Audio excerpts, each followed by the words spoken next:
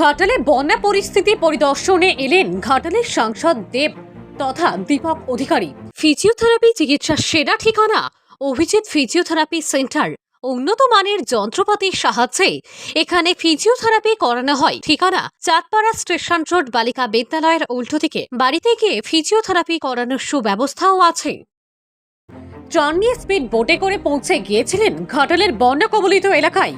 সেখানে সাধারণ মানুষের হাতে তুলে দিলেন শুকনো খাবার, পানীয় জল।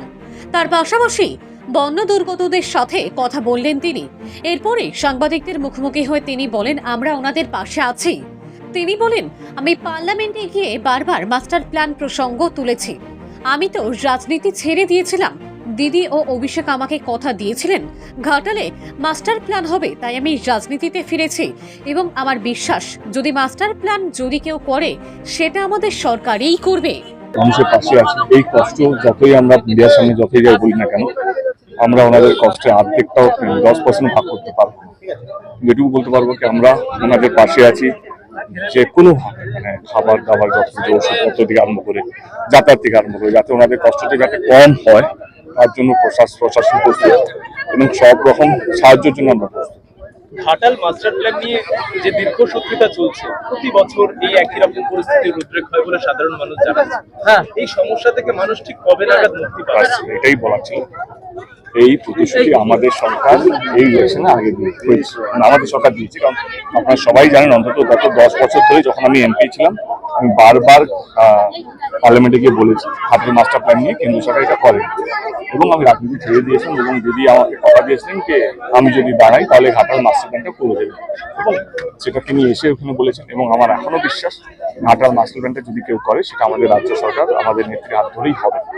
এবার আরেকটা বিষয়, ঘাটাল মাস্টার প্ল্যানটা কি?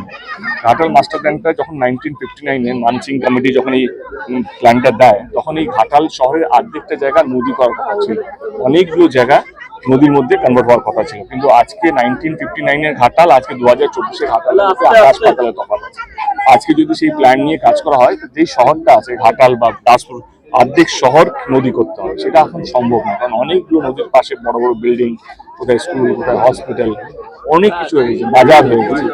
এবারে নতুন প্ল্যানটা যেটা 2009-2011-তে এটা স্যাংশন হয়, সেইখানে অনেকগুলো নদীকে কানেক্ট করতে হবে। সেটা 4 কিলোমিটার একটা নদী কাটতে হবে এবং অনেকগুলো নদীকে বড় করতে হবে। অনেক জায়গা এখন যে অবস্থা, যেটা ইরিগেশন ডিপার্টমেন্টের রিপোর্ট, অনেক জায়গায় বাজার হয়ে গেছে, সেখানে বড় বড় জেসিবি মেশিন ঢুকবে না, সেই বাজারগুলোকে ভাঙতে হবে, অনেকগুলো জমি কিনতে হবে এবং অনেকগুলো মানুষ রাজি দেওয়ার জন্য অনেকগুলো মানুষের সাথে নেগোসিয়েশন চলছে।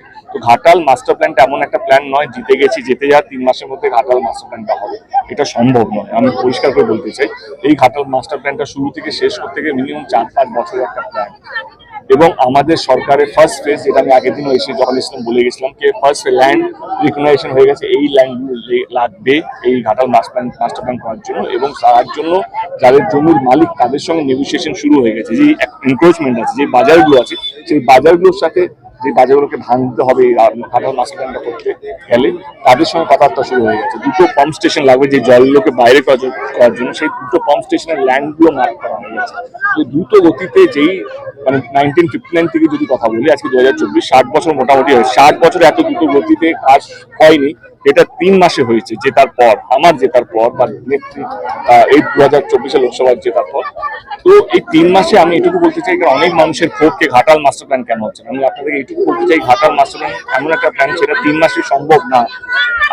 আমরা মিনিমাম 5 বছর লাগবে শুরু থেকে শেষ করতে, কিন্তু আমাদের ফার্স্ট ফেজ অফ কাজ শুরু হয়ে গেছে। এবং আমার মনে হয় কি এক্সিকিউশন কাজটা, সামনের বছর আমি আগেও বলেছি, আবার বলছি, এক্সিকিউশনের কাজটা যদি সব ঠিকঠাক থাকে, জানুয়ারি ফেব্রুয়ারি থেকে আমরা কাজ শুরু করতে পারবো।